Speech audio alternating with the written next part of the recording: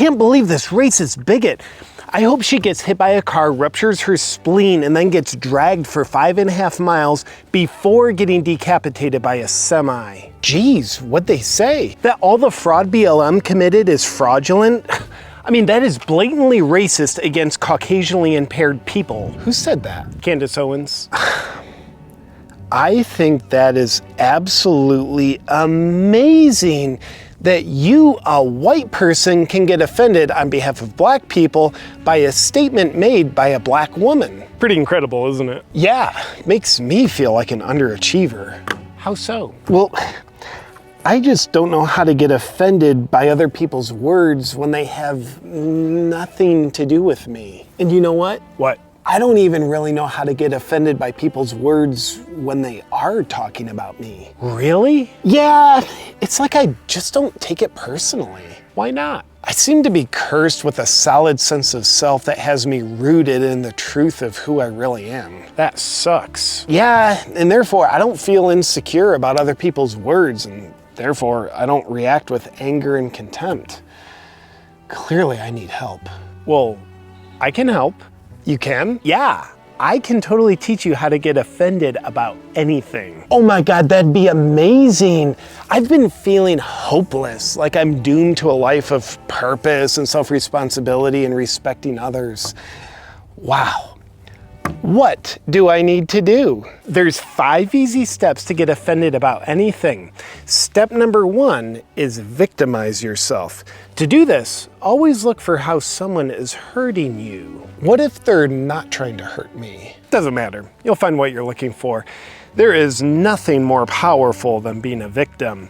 But to be a good victim, you need step number 2. What is it? Step number 2 is to make everything about you, especially when it has nothing to do with you. That's where a lot of people go wrong. Make everything about me? That sounds kind of narcissistic. That's because it is. But when you use narcissism to make yourself a victim, you won't see it. Everyone else will, but you won't see them seeing it. Plus, who cares about them? It's about you. Brilliant. Step number 3. In everything someone else says, look for the hidden treasure about how it's either oppressive or uninclusive. Oppressive or not inclusive. Got it. Let's put all this into practice. Give me an open-hearted, caring statement that you would think is impossible for someone to get offended by. I think we should do more to help the homeless. You ignorant, hateful, degenerate, ginger racist. That actually is kind of offensive. The homeless aren't homeless. You're just reducing the entirety of their being down to being homeless. That's oppressive to them and therefore you. They're not homeless. They're people who are temporarily experiencing homelessness. Wow, there I was trying to do good, but then you stopped me by getting offended. I see how everyone is helped by that, but mostly only you. Thanks, I've practiced a lot. Step number 4, make huge assumptions about what someone means and then tell them what they meant with the words that they said. Act like I know the meaning of their words better than they do, but that doesn't really seem logical. Oh yeah, also don't be logical or else this whole thing just falls apart. Got it. An example of making huge assumptions. Matt Walsh says, we need to protect children from irreversible genital mutilation. Now, do you know what he means with this statement? Well, it seems pretty straightforward. He wants to protect children. Wrong! He means that he hates children and wants trans people to miserably suffer for eternity. He's also indicating that he would take great satisfaction in seeing the suicide rate in the trans community go up. Is that right? 100%.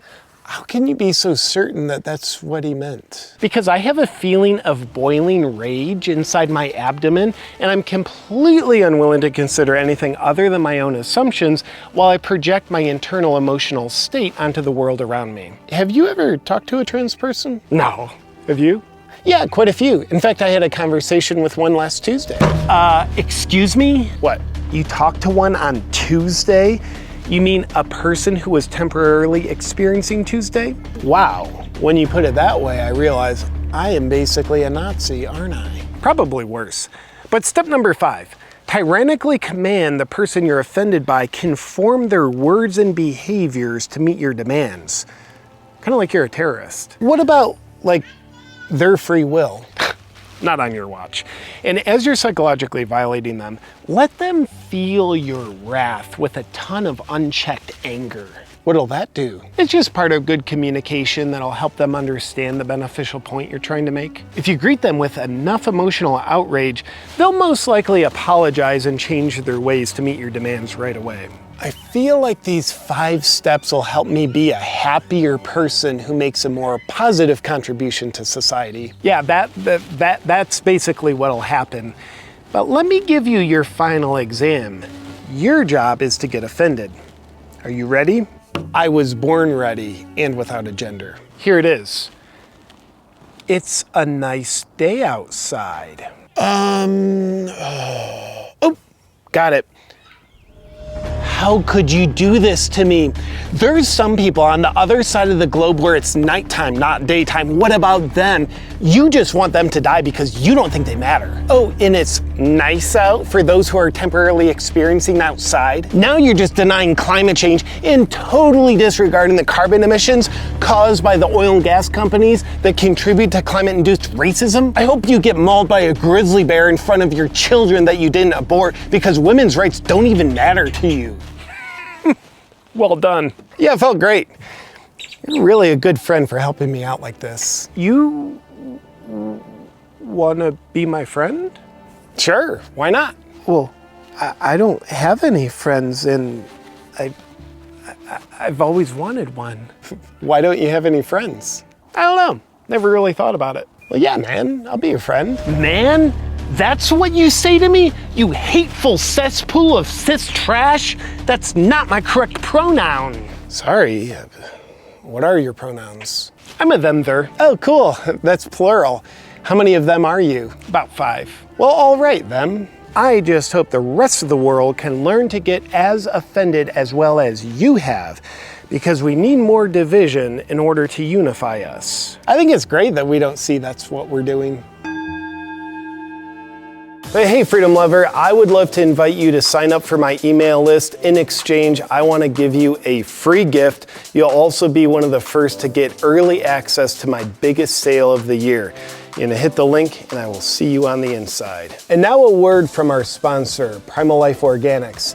Did you know that having whiter teeth will not help your chicken farming causes? Can't help you there. But what it can do is help you feel better about yourself by having a more beautiful, whiter smile. That's why I'm genuinely a huge fan of Primal Life Organics LED light teeth whitening system. My chickens sincerely don't give a crap, but I love it because having whiter teeth makes me feel better about myself, and I think makes other people think I'm a little more beautiful than I actually am. I don't care what you say, I'm not ugly, guys.